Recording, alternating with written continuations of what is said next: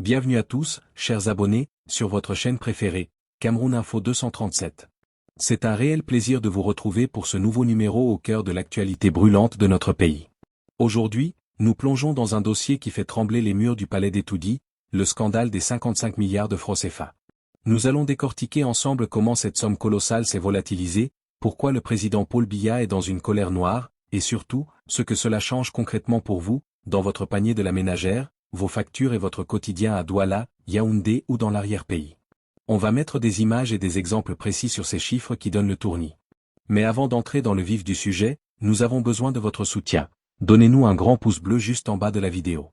Cela encourage énormément notre équipe et nous aide à continuer ce travail d'investigation. Et si ce n'est pas encore fait, abonnez-vous dès maintenant et activez la cloche de notification pour rester scotché et ne rien manquer des mises à jour de l'actualité camerounaise. Vous êtes prêts ? Vos ceintures sont attachées ? Alors, on commence. Yaoundé. L'atmosphère est lourde dans les couloirs du Palais de l'Unité. Alors que le Cameroun entame l'année 2026 sous le signe de grands défis économiques, une onde de choc vient de secouer l'appareil d'État. L'affaire, que certains appellent déjà le casse du siècle B, porte sur le détournement présumé de 55 milliards de francs CFA. Une somme vertigineuse qui aurait provoqué une colère noire chez le chef de l'État, Paul Biya. À l'effet, un braquage en col blanc. Tout commence par un rapport d'audit confidentiel. Le document révèle des lignes budgétaires évaporées, des marchés publics fictifs et des surfacturations grotesques. Imaginez, 55 milliards de francs CFA. Pour le citoyen lambda, ce chiffre est abstrait. Mais sur le terrain, c'est une réalité brutale. L'exemple concret, ces 55 milliards représentent le coût de construction de près de 2000 salles de classe équipées ou d'une dizaine d'hôpitaux de district de référence. C'est l'équivalent du budget nécessaire pour bitumer des axes routiers stratégiques qui enclavent encore nos bassins de production. Pourquoi Paul Biya est-il en colère ? Si le sphinx d'Etoudi est connu pour sa réserve, cette fois, le vase semble avoir débordé. Pourquoi ? Parce que ce détournement touche des fonds qui étaient censés stabiliser la dette publique et financer des projets sociaux urgents en cette année 2026. Dans ses récentes adresses, le chef de l'État avait promis une « lutte implacable » contre les prévaricateurs de la fortune publique.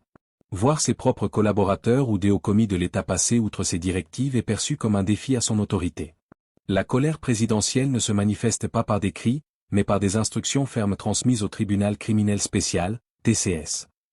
3. La vie actuelle au Cameroun, le contraste frappant. Pendant que ces milliards circulent dans des valises diplomatiques ou dorment dans des comptes offshore, le Camerounais de la rue, lui, compte chaque franc. Le panier de la ménagère, à Douala, au marché Sandaga, le prix du régime de plantain ou du sac de riz continue de grimper. Pour une maman qui cherche à nourrir ses enfants, entendre parler de 55 milliards détournés est une insulte. Elle se demande pourquoi l'État dit manquer d'argent pour subventionner les produits de première nécessité alors que de telles sommes s'évaporent. Le calvaire des infrastructures, à Yaoundé, les coupures d'eau et d'électricité, les fameux délestages, rythment le quotidien. Ces 55 milliards auraient pu servir à moderniser les transformateurs ou à sécuriser l'adduction d'eau potable.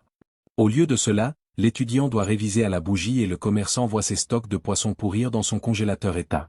4. Vers une nouvelle opération épervier ? L'opinion publique attend maintenant des actes. Ce n'est plus seulement une question de chiffres, c'est une question de justice sociale.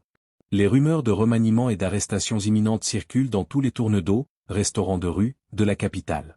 Le message est clair, si l'impunité continue, c'est la confiance entre le peuple et ses dirigeants qui finira par se rompre totalement. Le détournement des 55 milliards n'est pas qu'un fait divers financier, c'est le miroir des souffrances d'une nation qui aspire à l'émergence mais qui se voit freinée par ses propres élites. Note d'analyse, ce montant de 55 milliards correspond précisément au montant de la dette non structurée identifiée dans les récentes projections financières du pays. Son détournement signifie que l'État devra emprunter davantage, alourdissant encore la charge pour les générations futures.